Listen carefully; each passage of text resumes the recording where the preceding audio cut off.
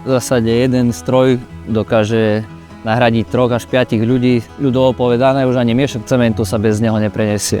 Tak naša firma pod značkou Záhradníctvo Sadex už funguje viac než 40 rokov. Firmu zakladal náš otec. Momentálne sa venujeme tvorbe a údržbe zelene v celom spektre záhradníckom. Takisto máme aj malý obchod, záhradné centrum a požičovnú na Raďa, kde požičávame aj tieto stroje. Zákazky u nás trvajú od 1 hodiny po 1 rok. Bolo to v roku 2019, kedy firma už narastla do istej veľkosti a hľadali sme nejaký multifunkčný stroj. A čo sa týka Leguanu, tak my sme aj v minulosti spolupracovali často s mestom Prešov na oreze, výrube stromov a starostlivosť o zeleň.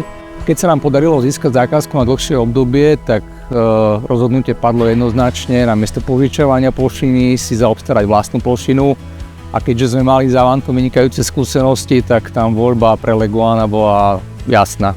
Za Avant fakt používame v širokom spektre činnosti a prác, zakladanie trávnikov, presun materiálov, zimná údržba, čistenie komunikácií. A my s Leguanom, áno, primárne stromy, čiže výruby orezy stromov, ale už sa nám podarilo aj čistiť rinvy, dokonca na zimnom štadióne sme ukladali svetlá, takže ako veľmi rôzne, široké spektrum využitia.